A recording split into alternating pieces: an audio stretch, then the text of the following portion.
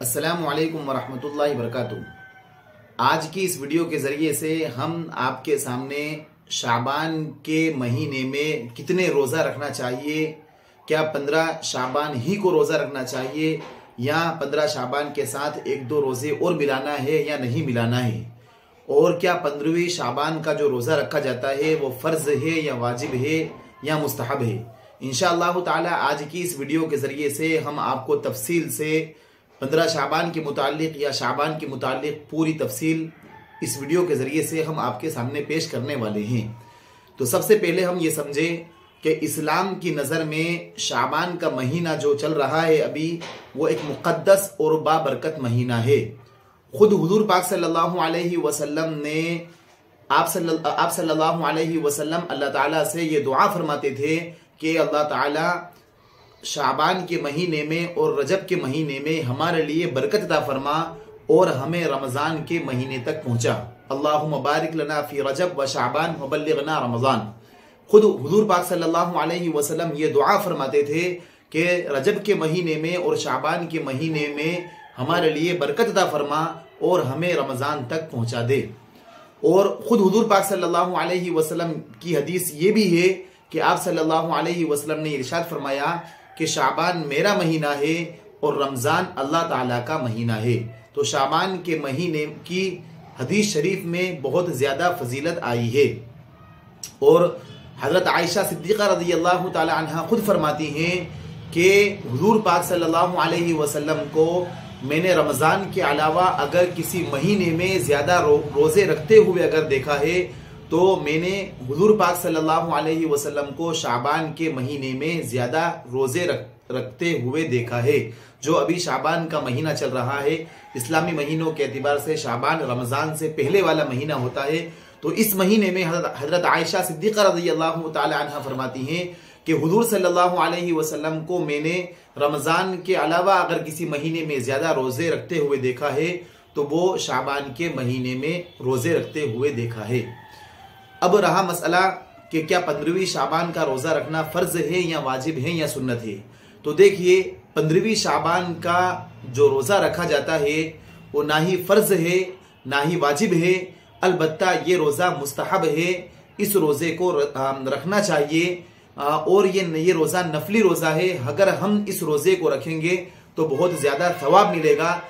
मुस्तहब का मतलब ये है कि हम अगर इस रोज़े को रखेंगे तो हमें इस रोज़े के रखने का सवाब मिलेगा, अलबत्ता अगर हम नहीं रखेंगे तो हमें कोई गुनाह भी नहीं होगा। तो 15वीं शाबान का रोज़ा रखना चाहिए। और कितने रोज़े रखना है, तो सिर्फ 15वीं शाबान का रोज़ा रखना है। अगर कोई और ज़्यादा रोज़े रखना चाहे तो रख सकता है, लेकिन हदीस शरीफ में जो आया है सिर्फ एक हदीस के अंदर है 15वीं शाबान के रोज़े रखने का जो हुक्म दिया गया है वो एक रोज़ा रखने का। 15वीं शाबान के दिन 15 शाबान को सिर्फ एक रोज़ा रखना है। अब जो इस महीने के अंदर खुराफात होती है, जैसे इस महीने में जो जगने की रात होती है 15वीं शाबान की, जो शबे बारात जिसे कहा जाता है, उस महीने के अंदर क्या इबादत करना चाहिए। तो उस महीने के अंदर नवाफिलों का एहतिमाम करना चाहिए, कुरान की तिलावत करना चाहिए, और हो सके तो हम जो हमारी क़ज़ाए उम्री छूटी हुई है, जो हमारी नमाजें छूटी हुई है, क़ज़ा हो चुकी है, पहले हमें उनकी क़ज़ा करना चाहिए।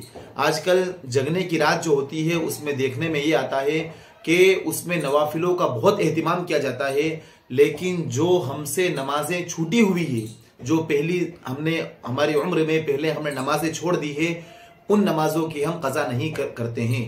हालांकि हमें अगर रात में इबादत का मौका मिले, शब बारात में अगर हमें इबादत करने का मौका मिले, अल्लाह ताला हमें तौफीक दे, तो हमें जो हमारी क़ज़ाए उम्री, जो हमारी नमाजें छूटी हुई है, जो क़ज़ा हो चुकी है हमारी ज़िंदगी में, पहले हम उनकी क़ज़ा कर लें। इसलिए कि अगर हम नवाफिल का एहतिमाम करेंगे तो याद रखिए कल क़यामत के दिन अल्लाह ताला हमसे नवाफिल की पूछगछ नहीं करेगा, नवाफिल के बारे में अल्लाह ताला हमसे नहीं पूछेगा। लेकिन जो नमाजें हमने छोड़ दी है या जो नमाजें हमसे छूट गई है, जो फ़र्ज़ नमाजें हमने छोड़ दी है या जो फ़र्ज़ नमाजें हमसे छूट गई है, अल्लाह ताला उन क़ज़ा नमाज़ों के बारे में हमसे कल क़यामत के दिन पूछताछ करेगा। इसलिए हम इन जगने की रातों के अंदर क्या इबादत करना चाहिए, तो बेहतर ये है कि हम क़ज़ा नमाजें जो हमारी ज़िंदगी में छूटी हुई है हम उन नमाजों की क़ज़ा कर ले।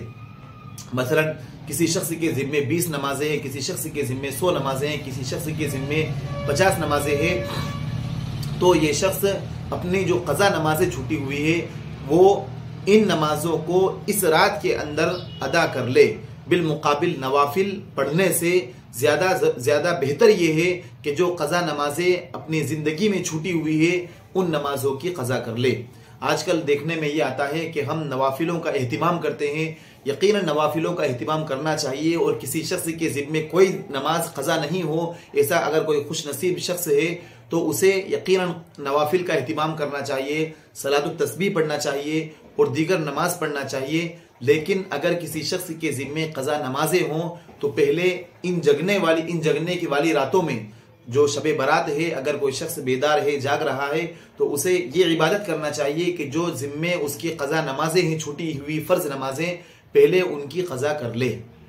और इंशाअल्लाह ताला अगली वीडियो के अंदर भी हम शब बारात में इबादत में क्या क्या फजीलतें हैं वो इंशाअल्लाह अगली वीडियो के अंदर हम आपको बतलाएंगे। और ये जो हमने आपको बतलाया है मशहूर दारुल इफ्ता दारुल उलूम देवबंद से ये पूरा लिया गया है।